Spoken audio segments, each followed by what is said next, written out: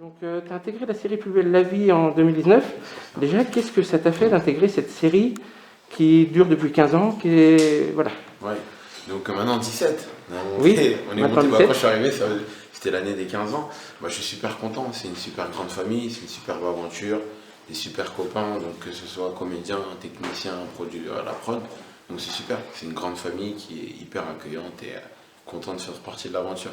Alors, le rôle, est-ce que tu peux nous parler du rôle de Mousse, qui est un personnage handicapé dans la série, en fauteuil? C'est ça.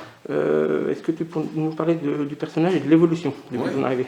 Donc le personnage de Mousse, c'est un jeune homme en situation de handicap, donc voilà, paraplégique suite à un accident qu'on a vu au cours de l'aventure. Mais c'est un jeune homme qui a toujours le sourire, la bonne humeur, c'est le bon pote, qui pleure pas sur son sort, qui aide les copains à s'en sortir quand ils vont mal. Voilà, et rapidement, enfin au bout d'un an, il y a eu l'évolution. Donc d'abord, il y a eu une grosse amitié avec Luna. Et ensuite, il y a eu l'évolution, le papa est arrivé, le déménagement à la coloc, la rencontre de Mila, qui sont tournés autour presque un an avant de se mettre ensemble, un boulot de surveillant. Donc voilà l'évolution de Mousse. Il y a eu un petit passage en prison, petite case prison, parce que accusé à tort par l'homme qui l'a envoyé en prison. Donc voilà, des belles choses pour Mousse. Alors, pour jouer un tel personnage et pour être en fauteuil roulant, pour avoir de la crédibilité pour les mouvements, parce que c'est quand même pas vrai. Je ne voudrais pas être à la place des personnes handicapées. Comment ça se passe? Est-ce que tu as des contacts, est-ce que tu as dans ton milieu, dans tes amis, tu as des personnes qui sont handicapées? Est-ce qu'il y a des gens qui font répéter pour avoir les gestes? Ouais, c'est ça. J'ai eu un coach au début qui s'appelle Ada Abdelli, donc qui m'a montré la base, donc comment avancer, reculer, tourner, faire un wheeling. Donc un wheeling, c'est une roue.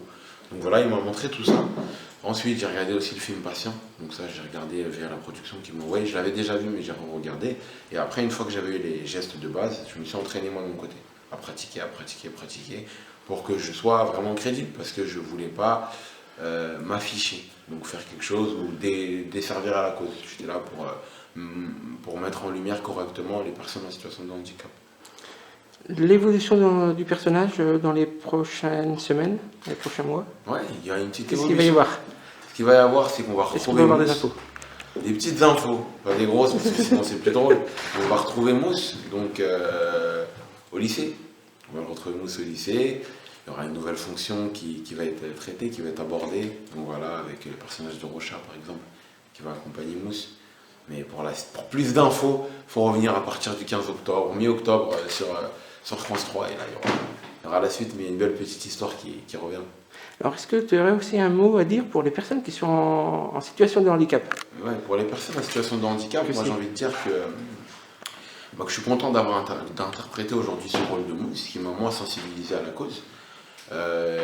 Énormément parce qu'aujourd'hui je suis ambassadeur des Jeux Olympiques de Paris 2024 et Jeux Paralympiques.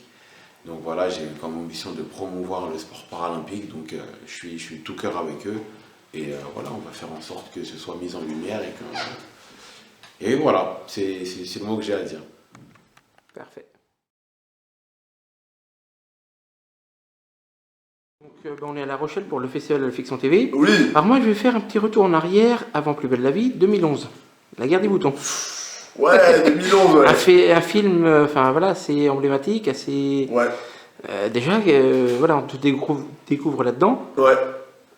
Qu'est-ce que ça fait de tourner dans ce genre de film? Bah, c'est incroyable. C'est incroyable. En plus, j'aimais bien la guerre des boutons, c'est un rêve de gosse, quoi.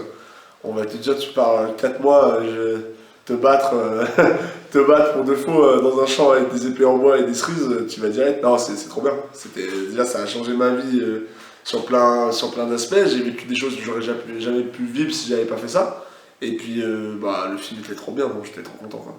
2014, tu intègres le casting de Plus belle la vie. Ouais. Alors là aussi, c'est une série qui est déjà ancrée dans le paysage audiovisuel. Qu'est-ce que ça te fait quand on te propose d'intégrer cette série? Eh ben au début, je connais pas. J'ai jamais regardé. Donc je regarde, et là je capte le monument en fait. Moi j'avais jamais vraiment compris. Je connaissais des gens qui regardaient Plus belle la vie, et quand j'ai commencé à dire, j'ai fait le casting, tout le monde me dit, bah attends, mais c'est trop bien, et tout le monde regardait. Je me suis dit, wow, en fait là, si je joue dedans, il y a vraiment du monde, c'est tous les soirs, il y a vraiment un engouement autour de ça. Et du coup, je me suis dit, ouais, un peu impressionnant, quoi. Surtout quand t'arrives le premier jour, ça court dans tous les sens, c'est une usine quoi. Donc une usine qui est pas, t'as pas l'impression d'être un produit quoi, mais c'est vrai il y a beaucoup de gens, ça fait bizarre, et maintenant en fait c'est... Avant j'ai l'impression que c'était immense, et toujours ces personnes, maintenant je connais tout le monde et c'est tout petit, donc... mais ça fait des années que j'y suis, donc c'est pour ça. Alors justement, ça fait des années que tu y es, oui, donc tu es un personnage récurrent dans la série. Ouais. Qu'est-ce que ça a changé à ta vie, dans le quotidien, par rapport au public, tout ça? On te reconnaît dans la rue, voilà. Ouais, on le connaît pas mal dans la rue, c'est vrai que... ouais, j'ai pris l'habitude en fait de vivre avec ça, et ça va, je suis pas trop embêté, les gens sont gentils, c'est pas... moi j'habite à la campagne, donc bon, ils me connaissent, mais en ville, oui, bah, je prends le temps de faire une photo, les gens sont vraiment gentils, donc ça va, j'ai jamais eu de problème, ils respectent généralement, ils viennent discrètement, et ça se passe bien, c'est cool. Ça fait plaisir de pouvoir rendre un peu ce qu'ils nous donnent, parce que c'est vrai qu'à travers l'écran, bah, on joue, mais on peut pas vraiment discuter avec eux ou quoi, et là, je peux discuter un peu avec eux, savoir ce qu'ils font dans la vie, sympa, et puis je rencontre plein de gens en plus, donc c'est cool. Le personnage de Kevin, donc il a beaucoup évolué depuis le début. On t'a connu au lycée. Ouais. Un peu un cancre, on va dire ça Ah, comme mais ça. carrément. Et maintenant, il est devenu policier. Ouais. Voilà. Qui va voir, en ménage, voilà. Ouais. L'évolution, est-ce que tu peux nous en parler? Bah, Est-ce que tu l'évolution, t'attendais à rester aussi longtemps dans la série déjà? Ouais. Et comment tu vois cette évolution? Bah, déjà, quand on me l'a annoncé, je me suis dit, mais comment c'est possible? Et en fait, c'est drôle parce que je l'ai déjà dit, mais Kevin, je me suis toujours identifié à lui. Pendant très longtemps, je disais que c'était moi, et maintenant, c'est plus moi en fait. C'est-à-dire que j'avais toujours un coup d'avance. Quand je jouais le mec du lycée, moi j'étais sorti, j'avais 17 ans, donc j'avais toujours un coup d'avance, un peu plus de maturité que lui. Je pense que lui, il est plus mature que moi. Aujourd'hui, il a une vie plus installée que moi j'ai. Et du coup, c'est drôle parce que pendant très longtemps, j'ai pris des souvenirs que j'avais moi pour le jouer ou machin. Et maintenant, je suis obligé de composer un peu parce que il vit des trucs. Il habite à Sanada, il est policier. Moi, c'est des choses que je connais pas. Donc, je me suis beaucoup renseigné. Et voilà.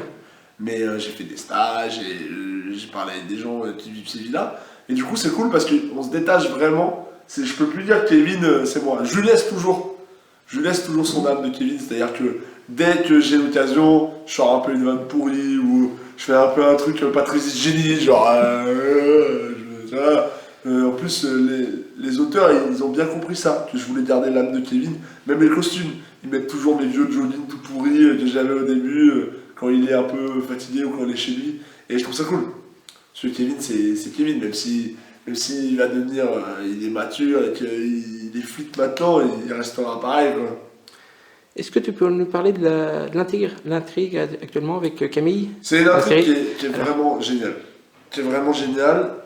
Quand je l'ai lu, j'ai fait Quand ils m'ont dit ce que ça allait donner, j'ai dit mais comment ça va passer? Alors justement, qu'est-ce que ça va donner plus tard? Est-ce qu'on peut avoir des infos? Ah, ça va.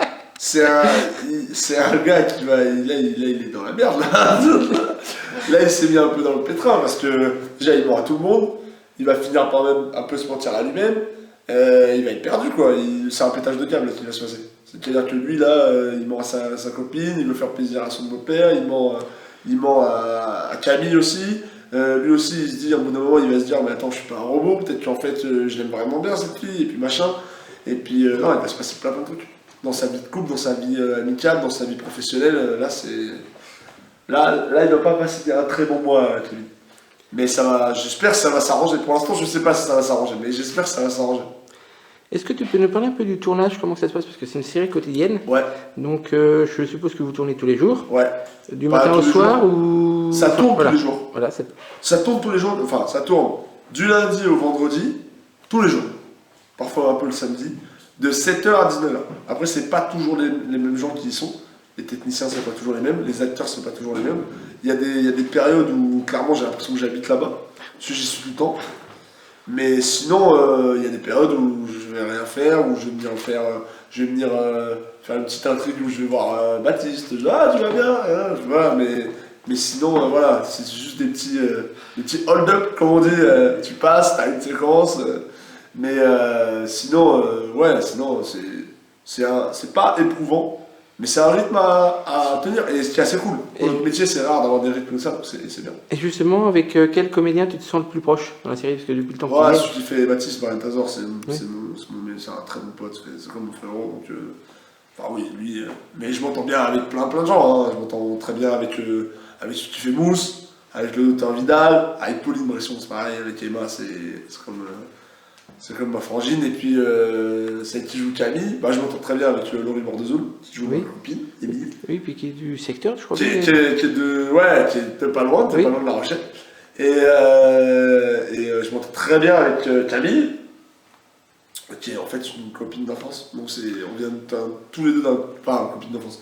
On se connaissait, c'est pas vraiment une copine d'enfance, on se connaissait un peu d'avant, par des potes interposés. Et du coup, c'est marrant quoi. Elle est de la même région que moi, et on connaît tous les deux les mêmes trucs, on connaît tous les deux les mêmes potes. On s'est même déjà sûrement croisés sans vraiment se voir, et du coup, c'est très drôle. Alors là, on va avoir une séance de dédicace tout à l'heure, là, au Festival de la Fiction TV. Est-ce que tu aurais un mot à dire aux gens qui peuvent te regarder, voilà. Bon, et aux fans qui suivent. Je vous fais des gros bisous, merci de nous suivre. J'espère qu'on va encore vous régaler. J'espère que, bon, là, ça va être on va vous faire un peu pleurer, mais bientôt on va vous faire rire. Moi, promis, je vais arriver avec des bonnes vannes bientôt, là. J'essaie de vous faire rire. J'essaie, hein, dès qu'il y a un petit moment, j'essaie de faire une vanne comme ça qui passe pour vous faire rire. Bon, j'espère que vous allez aimer, que vous allez continuer à regarder la série, et merci de nous suivre.